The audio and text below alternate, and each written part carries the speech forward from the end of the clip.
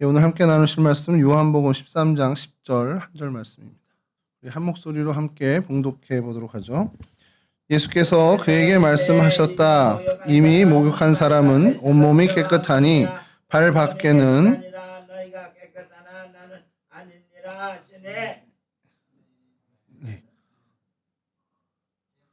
개역 개정으로 띄었네요. 예, 죄송합니다. 오늘 저희가 좀 살펴볼 말씀은 회개에 대한 이야기입니다. 회개라는 게 돌이키는 거고요. 고치고 돌이켜 고치는 겁니다. 그래서 그러니까 우리가 흔히 회개 그러면 하나님 뭐 잘못했어요 이런 걸 기도하는 것으로까지만 생각을 하는 경우가 있는데 사실 그건 정확하게 얘기하면 그건 자복입니다. 자복이고 하나님한테 내 죄를 고백하는 거고 회개는 그 자복에 이어지는 삶과 행실이 완전히 고쳐지는 것을 이제 회개라고 하죠. 이 회개라는 것이 우리 신앙에서 빼놓을 수 없는 것인 것이 우리가 깨닫지 못했던 잘못 살아왔던 것을 깨닫지 못하게 되면 돌이킬 일도 없겠죠. 근데 신앙생활이라는 것 자체가 우리가 주님 앞에서 바른 길을 가든 그 것인데 주님의 은혜가 우리가 이제 바른 길을 가지 못할 때 깨우쳐 주시는 은혜를 주십니다. 그럴 때마다 우리가 나의 잘못을 깨닫고 돌이키게 되는 그 회개의 삶을 살게 되는데 이게 신앙생활의 가장 필수적인 것 중에 하나라는 겁니다. 살아가면서 우리가 죄에서 자유로울 수 없는 몸이다 보니까 늘 죄에 빠지게 되고 바른 길을 늘 같이 걷지 못하게 되니 우리가 그럴 때마다 하나님 앞에 돌이켜서 다시 주의 바른 길로 걷게 되는 그런 우리의 삶을 살게 되는 거죠. 그래서 오늘 우리 예수님의 사람 이 교재에서도 3단원의 회개와 회개의 기쁨에 대해서 얘기를 하고 오늘은 그 일과 정죄와 징계라는 부분을 좀 이야기를 하려고 합니다. 여러분 십자가의 능력을 우리가 늘 얘기할 때 가장 십자가의 큰 능력이 뭡니까? 구원의 능력입니다. 그러니까 십자가의 능력이 뭐냐 그러면 우선 되는 건 구원이에요. 근데 이제 구원이라는 걸 우리가 살펴보게 되면 그럼 도대체 구원이 뭐냐? 이렇게 얘기를 하잖아요. 예전에 우리 초창기 한국교회 초창기 때 이제 동네를 다니면서 예수 믿고 구원 받으세요. 예수 믿고 구원 받으세요. 이랬더니 오해하고 오는 사람들이 그때 당시는 이제 환 그리고 전 이런 걸 쓸 때입니다. 몇 환이야? 뭐 물건 고무신을 살 때 몇 환 주고 사고 또 뭐 살 때 몇 전 주고 사고 원이라는 단위가 굉장히 큰 단위였습니다. 그런 시절에 예수 믿고 구원 받으세요. 그랬더니 예수 믿으면 구원이나 준대. 그래서 실제로 교회에 온 분들이 실제 교회사에 있습니다. 그래서 와서 구원을 준다더니 왜 안 주냐? 그 돈을 얘기한 게 아닌데 이제 그렇게 오해한 경우가 교회사의 에피소드로 좀 나무가 있긴 합니다. 그래서 그 구원을 얘기하는 건 아닌 건 우리가 다 아는데 그럼 구원이 도대체 뭐냐라는 거예요. 여러분 구원이라는 게 여러 각도에서 바라볼 때마다 이 명제가 달라질 수 있습니다. 죄와의 문제에서 되긴다면 죄에서부터 건져내어진 것을 구원이라고 하고요. 또 영원한 천국과 지옥에 대해서 우리가 그 구원을 얘기하면 지옥에 갈 수밖에 없는 그 멸망될 수밖에 없는 인생이 지옥으로 가지 않고 하나님 나라 그 천국으로 가게 된 것을 구원이라고도 합니다. 그러니까 이제 죽어서 가는 그런 천국을 얘기하면서 관점을 두고 근데 이게 이제 신학적인 관점에서 좀 더 본질적으로 들어가면 그럼 구원이 뭐냐? 그러면 그거는 하나님과의 관계에서 우리가 살펴봐야 된다는 거예요. 그러니까 아담이 하나님께서 처음 인간을 만드셨을 때 그때 이제 원죄 사건 이전이죠. 하나님 처음에 사람을 만들었을 때 그런 죄도 없는 존재였습니다. 죄가 없는 존재였습니다. 그래서 하나님과 분리되지 않은 존재였습니다. 근데 이 죄라는 것이 그 인류에 들어오고 그래서 그 원죄 사건으로 인해서 죄의 큰 결과가 뭐냐? 가장 큰 결과는 하나님과 분리됐다라는 거예요. 그러니까 이제 구원이 뭐냐 그러면 그 분리된 인간 존재가 하나님과 다시 관계 맺게 되는 하나님과 다시 소통하게 되고 하나님과 분리되지 않은 상태로 가게 되는 걸 구원이라고 하는 겁니다. 그럼 왜 분리가 됐어요? 죄 때문에 왜 죄가 분리를 시켜요? 하나님은 죄와는 같이 하실 수 없는 분이에요. 그러다 보니 죄라는 것이 우리 가운데 들어오면 하나님으로부터 당연히 떨어질 수밖에 없다는 겁니다. 그래서 이 죄에 대해서 많이 얘기하는데 우리가 얘기하는 뭐 법원에 가가지고 무슨 선고를 받고 했던 그 죄 말고 진짜 이제 본질적인 우리가 신앙에서 얘기하는 그 죄의 본질에 대해서 얘기하면 죄가 뭐냐 그러면 히브리어는 하타라고 합니다. 그 죄를. 그리고 헬라어로는 하마르티아라고 해요. 이게 똑같은 어원에서 출발을 하는데 관역을 벗어나다라는 거기서부터 출발을 합니다. 그럼 죄가 왜 관역을 벗어나서? 그러니까 우리가 가야 할 바가 있고 목표점이 있는데 그 바른 이 선, 화살을 쏘면 이게 날아가는 그 선이 있잖아요. 그것을 벗어나게 되면 그게 죄라는 거예요. 그러니까 하나님과의 관계에서 바른 어떤 그 바른 이상향이 있을 거 아니에요. 이상적인 선이 있으면 그것을 벗어나면 그건 죄라는 겁니다.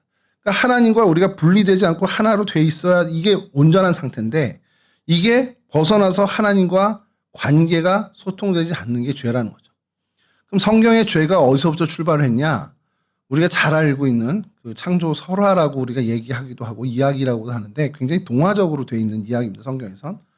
뱀이 하와를 유혹하고 유혹된 하와가 선악을 알게 하는 나무의 열매를 먹게 됩니다. 그리고 그것을 자기 남편인 아담에게 주어서 선악을 알게 하는 나무의 실과를 먹은 것 자체가 죄가 됐다라고 성경에서 이야기를 합니다. 그러면 그 먹은 행위 자체가 죄냐? 그것라기보다는 전통적으로는 하나님 말씀을 어겼다. 그러니까 하나님께 불순종했다라는 것으로 이제 죄를 파악했던 시절이 있습니다. 근데 그것만으로는 부족한 거예요, 설명하기가. 그럼 본질이 뭐냐? 그럼 하나님의 말씀을 어겨서 죄? 그럼 뭐 안 어기는 사람이 어딨어? 지금도. 이미 구원받은 우리도 하나님 말씀 다 지키고 살지 못한단 말입니다. 그런 불순종 자체가 죄긴 하지만 본질은, 그 원죄의 본질은 그게 아니라 관역을 벗어났다라는 것에 우리가 그 힌트를 얻고 신학자들이 얘기하는 것은 뱀이 하와를 유혹할 때, 그러니까 뱀이라는 표현은 좀 그렇고요. 이제 사탄이 하와를 유혹할 때 내가 저 실과를 먹으면 눈이 밝아져서, 여기까지 이제 유혹의 얘기입니다. 그리고 본질이 뭐냐? 하나님과 같이 될 거야. 이 얘기입니다. 그러니까 하나님처럼 된다라는 것, 이게 죄의 본질이라는 거예요. 무슨 얘기냐면 피조물의 자리를 지키고 피조물에 행하는 그 걸음, 그 가야 할 길을 걸어가는 것이 온전함인데 피조물이 자신의 자리를 지키지 않고 하나님의 자리를 곁눈질하고 자신의 가야 할 길을 걷지 않는 엇나감, 거기서 벗어나는 것 그 자체가 죄의 본질, 원죄의 본질이라는 겁니다. 그래서 신학자들은 뭐 플레이 같한다고 해서 그 플레이가 역할을 하다라는 뜻이 있죠. 그래서 하나님처럼 굴려고 하는, 하나님처럼 군다, 하나님처럼 역할을 하려고 한다. 이것이 죄의 가장 본질, 원죄의 가장 큰 본질이라는 겁니다. 이렇게 해석하면 성경에서 이야기하는 많은 것들이 해결이 되는데 우리가 저 사람을 판단하는 거 있죠. 형제가 형제를 판단하는 걸 주님께서 금합니다. 그거 죄니까 하지 말아라고 해요. 왜 그게 죄일까? 저 사람은 저래. 아이, 김성빈? 에이, 안 돼. 실제가 아니라 지금 예를 드는 겁니다. 자꾸 여기서 이렇게 얘기하면 실제로 안 되는 줄 아는데 그렇지 않고 그게 왜 주님께서 하지 말라 하느냐? 저기 있는 저 사람, 김성빈 전도사로 치면 김성빈 전도사를 판단할 수 있는 건 오직 그를 창조하신 하나님만이 하실 수 있는 일이에요. 근데 만약에 저나 방 전도사님이 누군가 김성빈 전도사한테 물어왔어. 뭐 우리 호은이가 이 자리에 없으니까 호은이를 좀 들어야 되겠구나. 호은이가 방 전도사님, 김성빈 전도사님 어때요? 아, 걔 안 돼. 이렇게 해버리면 그게 왜 잘못된 거냐? 그 순간 방강일 전도사님이 하나님의 자리에 가서 하나님의 역할을 한 겁니다. 이게 너무 좀 비약적인 예가 될 수 있지만 그러니까 여러분 이게 뭐냐면 내가 어느 순간 하고 있는 이 일이나 행동이 하나님이 하셔야 하는 일을 내가 대신하고 있어. 하나님이 해야 할 역할을 내가 하고 있어. 그러면 그게 죄의 본질에 제일 가까운 일이라는 겁니다. 형제를 판단하는 일이 그렇겠죠? 하나님의 자리에 가서 영광을 받는 것도 우리 뭐 헤롯 왕이 성경에 등장한 헤롯 왕이 그렇게 하나님의 영광을 가로채긴 했는데 영광 받으실 이는 하나님인데 그 영광을 내가 독차지했다. 그럼 하나님이 받아야 할 걸 자기가 받았기 때문에 하나님 역할을 한 겁니다. 그럼 그거는 엄격한 원죄의 본질적인 죄가 된다는 거죠. 그러니까 여러분 근데 우리가 가장 많이 범하는 실수가 뭐냐? 여러분의 인생의 주인이 누굽니까?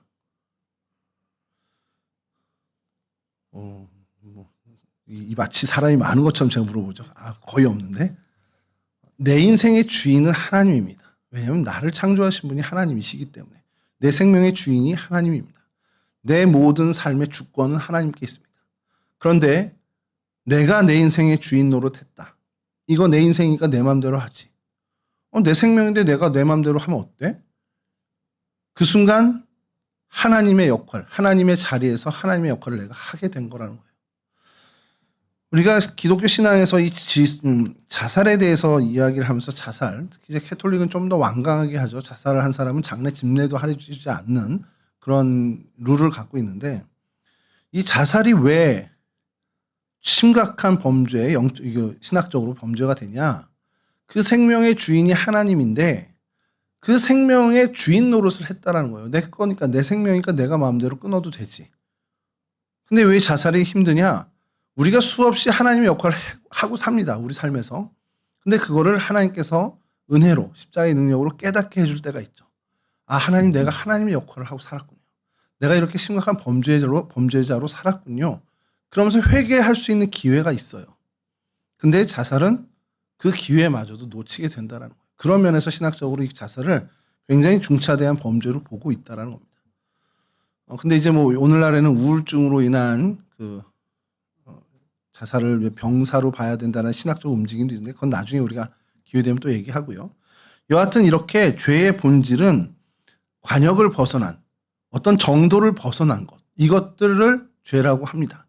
그 죄의 문제를 오늘 이야기하는 것은 우리가 구원받은 백성이니까 하나님과 분리된 것이 예수 그리스도의 보혈의 십자가로 분리된 그것이 다 걷어지고 하나님과 소통할 수 있는 그런 가능성을 하나님께서 그 길을 열어주셨다는 거예요. 자, 그러면 우리는 이제는 아무 문제 없네. 죄의 문제는 우리 다 자유로워. 이렇게 돼야 되는데 그건 마지막 날에 주님께서 오신 그날 새하늘 새 땅에서 이루어질 일이고, 지금은 우리가 어쨌든 이 땅에 두 발 딛고 살아가다 보니 이 죄의 문제, 육신으로 살아가는 이 삶에서 이 죄의 문제에 대해서 한계가 있다라는 겁니다.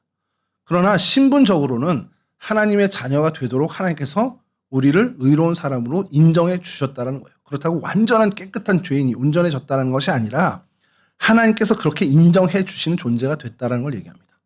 그러니 하나님의 백성이지만 이 땅을 살아가다 보니 이 땅에서 벌어지는 많은 유혹들과 이 땅의 어떤 많은 세상의 어떤 지식들, 이런 걸로 인해서 우리가 죄의 길에 빠질 때가 있어요. 그러면 그럴 때마다 정말 하나님, 내가 구원받지 못했으니까 다시 본질적인 죄를 이야기하고 이럴 필요는 없다라는 것을 구원받은 백성이니까 그런 우리의 행위에 대한 자복과 회개의 삶을 살라라는 것을 이야기합니다. 이게 믿는 사람들과 믿지 않는 사람의 차이라는 거예요. 오늘 이 교재 얘기는 그겁니다. 믿지 않는 사람은 하나님의 자녀로 인정이 되지 않은 상태예요. 그러니까 여전히 본질적인 죄인인 상태입니다. 믿는 사람은 그 본질적인 죄인의 신분은 벗었어요. 그렇다고 앞으로 살아가면서 하는 모든 일들이 다 깨끗하고 죄짓지 않아? 그건 아니라는 거죠. 그러나 죄를 짓게 되면 그때마다 주님께서 우리를 깨우쳐 주셔서 그거를 돌이키는 회개의 삶은 꾸준하게 살아가야 한다는 겁니다.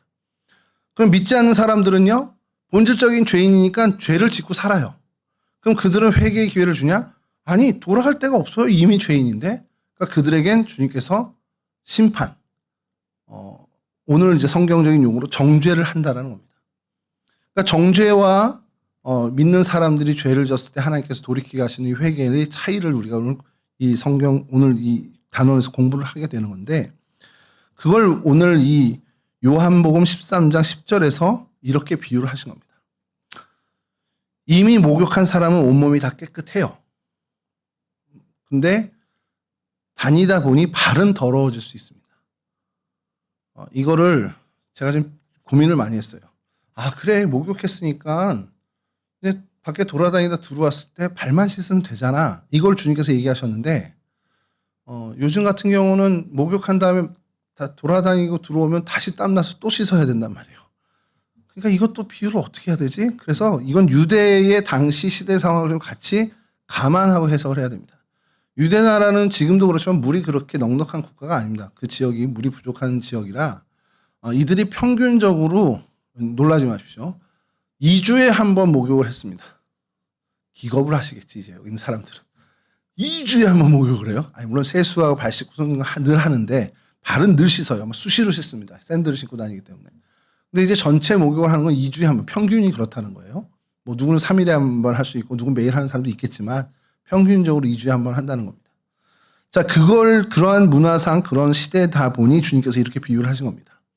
이미 모욕한 사람은 이제 깨끗한 옷을 입고 돌아다니고. 근데 저는 그 이해가 돼요. 왜냐면 지금이야 워낙에 이 공기도 더러워지고 공해지만 그때 당시는 뭐 산들 다니는 게 무슨 오염되겠어요? 뭐 땀 좀 나는 거 정도만 하는 거지. 땀도 뭐 그렇게 오염된 땀은 아니었을 거라는 거지.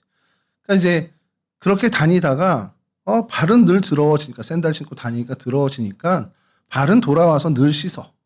그렇다고 매일 목욕할 필요는 없는 거예요. 그게 믿는 사람의 모습이고 믿지 않는 사람은 목욕을 아예 안 해서 더러워진 상태야. 목욕을 해야 되는데 목욕을 하지 않는 사람을 이제 믿지 않는 사람의 상태로 비유하고 있는 겁니다. 그러니까 베드로가 계속 우리 다 씻겨주세요 이렇게 얘기할 때 비유적으로 말씀하신 게 너희는 이미 하나님으로부터 깨끗함을 인정받은 하나님의 백성으로 인정받은 목욕한 사람들이다. 그러나 다닐 때에 샌들을 신고 다니니 더러워질 수는 있다. 그 발은 매일 씻어야 된다. 이 얘기를 하시는 거죠. 오늘 우리에게도 적용되는 말씀입니다. 우리가 하나님의 말씀의 은혜를 입고 하나님으로부터 은혜를 받고 어려서부터 주님을 믿어와서 우리가 하나님의 백성이 됐어요.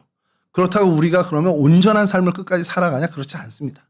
매일매일 살아가면서 우리의 삶에서 죄를 짓고 회개해야 할 일들을 벌려요. 그러면 구원파처럼 아니야 예전에 우리가 회개했던 게 앞으로 우리가 지을 죄까지 다 회개한 거기 때문에 회개할 필요 없어. 이렇게 얘기하면 이건 성경적이지 않다는 겁니다. 내가 매일매일 지은 나의 삶을 점검하고 하나님 앞에 돌이키고 회개할 것 회개해야 되는 발을 씻는 정도는 늘 해야 된다라는 거예요. 그거를 주님께서 이야기합니다. 그리고 그 속에 기쁨이 있다라는 거예요. 매일매일 주님께서 내가 발을 씻는 내 하루하루의 삶 속에서 하나님 앞에 회개하고 자복할 때 하나님이 은혜를 주셔서 그 일을 반복하진 않진 않아요. 또 반복할 거예요. 그러나 계속해서 반복해도 계속해서 돌이키게 해주시는 은혜가 있다는 거죠. 제가 예전에부터 고민했던 것 중 하나가 아니 예수 믿고 구원 받았는데 왜 똑같이 죄를 짓고 사는 거야. 근데 목사님도 똑같은 이제 고민을 여기에 예화를 드렸습니다. 아니 왜 똑같이 이렇게 예전에 예수 믿기 전, 뭐 예수님의 은혜 받기 전, 십자가의 능력을 내가 경험하기 전이랑 뭐 이렇게 크게 차이도 없잖아. 이런 생각이 들 때가 있어요. 그래서 예수 믿는 사람과 예수 믿지 않는 사람들은 도대체 뭐가 차이야? 결정적인 차이는 그겁니다. 똑같은 죄를 짓고 예수 믿지 않는 사람은 그건 죄로 여기지 않고 그냥 살아요. 그러나 예수 믿는 사람은 똑같은 일을 벌이고 그게 죄인 줄 깨닫고 주님께 회개하고 자복하는 사람이라는 겁니다. 그게 엄청난 차이가 있죠. 여러분 이러한 죄의 문제에 대해서 주님께서 얘기하시고 그렇게 회개의 삶을 사는 사람들 그러한 사람들에게 날마다 하나님께서 돌이킴의 은혜 그리고 그것으로 인한 기쁨을 주신다라는 것이 오늘 우리가 우리가 다뤄야 할 주제의 얘기하는 겁니다. 그러면서 이제 정죄와 징계에 대해서 얘기를 하는데 믿는 사람들이 죄를 짓고 그래서 회개하고 돌이킬 때마다 그러면 깨닫게 해서 하나님께서 돌이키면 좋은데 주님께서 우리를 그 문제 내가 죄를 지었어요. 그 죄를 지은 문제에 대해서 침묵하지 않으신다는 거예요. 믿는 사람에게. 깨닫게 해주신다는 것이죠. 근데 어떻게 깨닫게 해주시느냐? 내가 죄를 지었어요. 제가 김성민 전사를 괴롭혔어. 뭐 늘 괴롭히지만 괴롭혔어. 그리고 그날 저녁에 가서 가만히 앉아있는데 주님께서 우진아 너 오늘 성빈이 괴롭혔으니까 너 잘못했어. 이렇게 얘기하실까요? 아니에요. 제게도 주님께서 마음에 찔림을 주시든 뭔가 그것이 잘못이구나라는 것을 깨닫게 해주시는데 그게 좀 아파요. 그걸 성경에선 징계라고 이야기합니다. 근데 이 징계가 우리 표현으로는 좀 굉장히 징계 그러니까 이렇게 크게 다가오는데 헬라어로 파이디오라는 단어를 씁니다. 우리 뭐 성경 공부 우리 어린이 성경 공부 교재 파이디온이라는 그 회사가 있는데 여기서 나온 거죠. 이 파이디오라는 단어는 정확히 우리말로 얘기하면 교육 훈련이라는 뜻입니다. 그러니까 이게 뭐냐면 훈육에 가깝죠, 우리말. 주님께서 저로 인해서 제가 하루 동안 지은 죄에 대해서 깨닫게 해주시는데 그것을 조금은 아프게 깨닫게 해주시니까 이 파이디오라는 말을 쓰는 겁니다. 그냥 가만히 있다가 갑자기 생각나는 게 아니고 뭔가 그것으로 인해 마음이 처리하고 그것으로 인해서 어떤 하나님께서 아픔을 주시는 거죠. 우리가 훈육을 할 때 매를 들고 아니면 어떻게 훈계하는 말로 그 마음을 좀 긴장시키는 것과 같은 얘기입니다.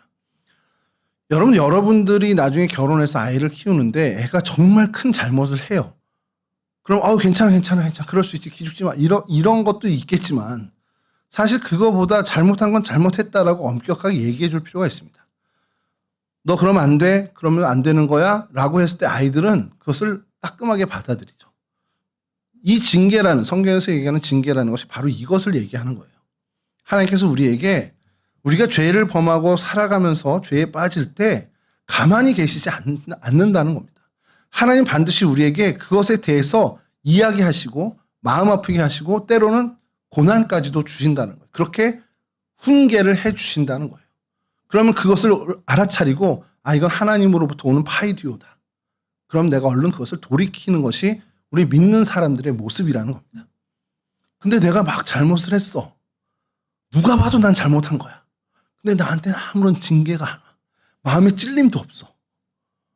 그러면 하나님이 내놓은 사람 좀 그런데 그건 정상적인 건 아니에요. 하나님의 자녀는 그렇게 하나님이 놔두지 않는다는 겁니다. 아니면 나중에 좀 계산한 다음에 몰아서 주실래나? 뭐 그럴 수도 있겠지만 근데 믿지 않는 사람은 뭐냐? 하나님이 정말 관여 안 하시는 겁니다. 원래 죄인이고 죄 짓고 사는 게 당연한 거예요. 그럼 하나님은 그들에게 뭐냐? 정죄함을 주신다는 겁니다. 정죄라는 말은 카타크리마라는 단어인데 이거는 우리 표현으로 이게 참 신학적 용어가 한국어로 바뀌면서 되게 복잡해진 게 많은데요. 정죄는 판결입니다. 판결. 이 카타크리마라는 단어 자체가 선고라는 거예요. 재판 선고를 가리킬 때의 선고입니다. 그러니까 너 유죄, 너 뭐 사형, 뭐 이런 식으로 그 판결에 대해서 카타크리마, 정죄라는 표현을 씁니다. 그러니까 믿지 않는 사람들은 죄를 짓는다. 그럼 하나님이 그것에 대해서 그냥 판단하시는 거예요. 너는 안 돼. 넌 멸망받을 놈이야. 약간 잔혹한 모습일 수 있지만 그렇게 하신다는 거죠. 그러니까 믿지 않는 사람들은 그러한 정죄, 그러한 하나님의 판단을 받는, 심판을 받는 존재고 그건 이제 우리가 관여할 건 아니고 믿는 사람들이 구원받은 백성임에도 불구하고 죄와 완전하게 절연하지 못하고 사는 게 우리의 고민이라면 그 죄의 문제를 하나님이 어떻게 믿는 사람들의 죄를 다루시느냐 하나님은 그것을 우리에게 훈계하신다는 것을 깨달아야 한다는 겁니다. 그리고 그 정죄를 그 훈계, 그 징계는 우리 가운데 궁극적으로 하나님께 돌이켜서 하나님과의 관계를 회복시켜 주시는 것이니 우리에게는 복이 된다는 것을 우리가 인지하고 있어야 된다는 거예요. 하나님은 나만 미워해. 쟤네들은 똑같은 거 해도 아무 말씀 안 하시고 나한테만 하나님 이렇게 마음 아프게 하고 나한테만 이렇게 하나님께서 따끔하게 해주셔. 그게 우리의 복이라는 것을 이야기하는 겁니다. 그리고 그렇게 그 은혜로 돌이켰을 때 하나님이 주시는 기쁨, 그 회개의 기쁨이 있다라는 것을 얘기하고 있다라는 거죠. 하나님께서 우리에게 늘 관심 가져주시고 하나님이 우리의 늘 일거수일투족을 보고 계신다라는 것. 그래서 우리가 때로는 잘못하겠죠. 그래도 하나님이 보고 계시니까 막 두려워서 살라라는 게 아니라 하나님이 보고 계시는 그것을 우리가 믿고 내가 설령 잘못했을 때 하나님께서 나를 일깨워 주신다면 하나님께서 그 일깨워 주시는 것에 좀 민감하게 살아갈 필요가 있다는 것을 우리는 각오해야 한다는 겁니다. 그게 우리 흔히 얘기하는 교회에서 얘기하면 영성이고 하나님 앞에 깨어 있음이라는 것이죠. 이 땅에 두 발 딛고 살아갑니다. 그러니 이 땅에 이 죄 많은 세상과 우리는 무관하게 살 수 없어요. 죄의 유혹에 늘 빠질 수 있고 하나님의 그 정도를 벗어나는 일이 우리 삶 가운데 늘 있을 수 있습니다. 그런데 그럴 때마다 하나님께서 우리를 주목해 주시고 우리에게 하나님께서 훈육하는, 훈계하는 마음을 주신죠. 그런 징벌을 주실 겁니다. 그럼 그것이 하나님이 나를 미워해서 나를 어렵게 하고 고통 가운데 있게 하는 것이 아니라 나로 하나님의 바운드리 안에, 하나님의 그 울타리 안에 다시금 돌이키게 하기 위해서 주시는 은혜로 우린 여기고 그것에 대한 감사함으로, 그것을 나의 복으로 여길 줄 아는 사람이 되어야 한다는 사실이죠. 이와 같은 우리 청년의 삶을 좀 살았으면 좋겠어요. 여러분의 젊은 날부터 이와 같은 일에 좀 익숙해졌으면 좋겠습니다. 하나님께서 믿지 않는 자들을 내버려 두는 것을 부러워할 필요 없고 하나님이 나의 삶에 깊이 관여하시고 정말 미주알 고주알 매번 잔소리처럼 하신다면 그것이 오히려 나를 사랑하셔서 나에게 관심을 갖고 계시다라는 것을 우리가 깨닫고 감사하는 그러한 마음으로 하나님 앞에 섰으면 좋겠습니다. 이와 같은 일을 우리 청년들이 이 젊은 날에부터 정말 그 몸에 붙이고 여러분들의 마음에 늘 깊이 새기면서 살아가는 거룩한 인생들이 되었으면 좋겠어요. 오늘 공과의 내용은 이 교재의 내용은 여기까지고요. 그래서 오늘 뭐 따로 모이진 않겠습니다. 이 내용을 여러분들 좀 생각을 하시고 한 주간 동안 여러분 살아가실 때 뭐 일정한 시간이 되면 더 좋은데 그렇지 않더라도 수시로 하나님과 여러분들이 그 이야기 나누시면서 하나님이 내 삶에 뭐를 불편하게 나에게 마음을 주시는지, 나의 어떠한 마음을 하나님이 돌이키게끔 말씀하시는지에 대해서 여러분들이 민감하게 받아들였으면 좋겠습니다. 가족에게 화를 낸 것, 친구에게 내가 좋지 않은 말을 한 것들, 정말 아주 소소한 것이라도 상관없습니다. 주님께서 그거에 대해서 나에게 말씀하시는 것이 있다면 하나님 나 인정합니다. 내가 이걸 돌이킬게요. 내가 다음에도 또 바뀌진 않을 거예요, 여러분. 여러분 가족한테 짜증낸 거 하나님 앞에 회개하죠? 일주일도 못 가서 또 가족한테 화낼 겁니다. 그래도 그때마다 하나님 나를 좀 일깨워 주세요. 그렇게 하나님께 집중하는 그런 우리 청년의 때를 살아갔으면 좋겠습니다. 이와 같은 귀한 은혜의 주인공들이 다시 되시기를 주님의 이름으로 간절히 축원합니다. 잠깐 기도하겠습니다.